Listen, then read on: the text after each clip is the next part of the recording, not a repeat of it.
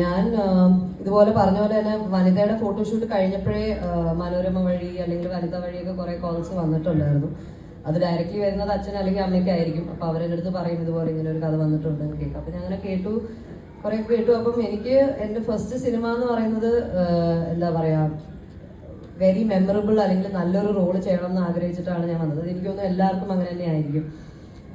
എന്നും പറഞ്ഞ് ഇന്ന റോള് ചെറുതാണ്, ആ റോള് കൊള്ളില്ല, അങ്ങനെ ഒരിക്കലും അല്ല. ഞാൻ എല്ലാ സ്ക്രിപ്റ്റും ക്രൂ ആയിക്കോട്ടെ, എൻ്റെ ക്യാരക്ടറിൻ്റെ എന്താണ് ഇമ്പോർട്ടൻസ്, ഇതെല്ലാം നോക്കിയിട്ട് തന്നെയാണ് ഞാൻ definitely script I go forward with it. അപ്പോൾ എനിക്ക് ഈ സ്ക്രിപ്റ്റ് വന്നപ്പോൾ സ്പെസിഫിക്കലി എനിക്ക് ഭയങ്കരമായിട്ട് ക്യാച്ച് ചെയ്ത് one of the things it's A title character. അത് നമ്മൾ ഇങ്ങോട്ട് വരുന്നതെന്ന് പറയുന്നത് ഭയങ്കര ഒരു ഭാഗ്യമായിട്ടാണ്. കാരണം അങ്ങനെ എല്ലാവർക്കും അങ്ങനെ കിട്ടുന്ന ഒരു ചാൻസ് അല്ല. അതായത് എന്താ പറയുക, most of the people audition കൊടുത്ത് അല്ലെങ്കിൽ നമ്മൾ ഓരോ മൂവിക്കും നമ്മൾ ഭയങ്കര ആഗ്രഹിച്ചിട്ടാണ് നമ്മളൊരു സിനിമ ചെയ്യണം എന്ന് പറഞ്ഞിട്ട് നമ്മൾ പോകുന്നത്. അപ്പോൾ എനിക്ക് ഇങ്ങോട്ടൊരു കോൾ വന്നപ്പോൾ എനിക്കത് ഒരിക്കലും എന്താ പറയുക വേണ്ടാന്ന് എനിക്ക് അങ്ങനെ പറയാനും പറ്റില്ല. അതെനിക്കൊന്നും ആർക്കും അങ്ങനെ പറ്റില്ല എന്ന് തോന്നുന്നു. പക്ഷേ it was a beautiful character. It's not just about the role. ഭയങ്കര നല്ലൊരു ക്യാരക്ടറാണ് ഞാൻ കേട്ടു നോക്കിയപ്പം. അതിനെക്കാട്ടിലും ഉപരി എന്താ പറയുക, ബ്യൂട്ടിഫുൾ സ്റ്റോറി.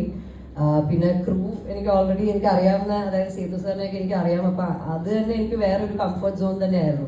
വേറെ felt like maybe God gave this to me, maybe ഇത് ഫസ്റ്റ് മൂവി ആവണം എന്ന് വിചാരിച്ചിട്ട് തന്നെ ആയിരിക്കാം. അപ്പോൾ so many things striked about this movie. അത് മാത്രമല്ല കുറേ കാര്യങ്ങളുണ്ടായിരുന്നു ഇതിൻ്റെ. എന്താ പറയുക, സേതു സാറിൻ്റെ അടുത്ത് സേതു സാറാണ് എൻ്റെ അടുത്ത് കഥ പറയുന്നത്. ആ സമയത്ത് Binu sir was not available. But then പറയുമ്പോൾ തന്നെ എനിക്ക് first he just gave me ഒരു വൺ ലൈനറാണ് തന്നത്. പക്ഷെ അത് കേട്ടപ്പോൾ തന്നെ എനിക്ക് ഒരുപാട് സന്തോഷമായി. ഞാൻ പറഞ്ഞു സാർ ഇത് ഡെഫിനറ്റ്ലി നമുക്ക് ചെയ്യാം, എനിക്ക് ഉറപ്പാണ് അച്ഛനും അമ്മയ്ക്കും രണ്ടുപേർക്കും ഇഷ്ടമായി, നമുക്ക് ഡെഫിനറ്റ്ലി ചെയ്യാമെന്ന് പറഞ്ഞിട്ട് അങ്ങനെയാണ് നമ്മൾ ഈ സിനിമ ചെയ്തത്.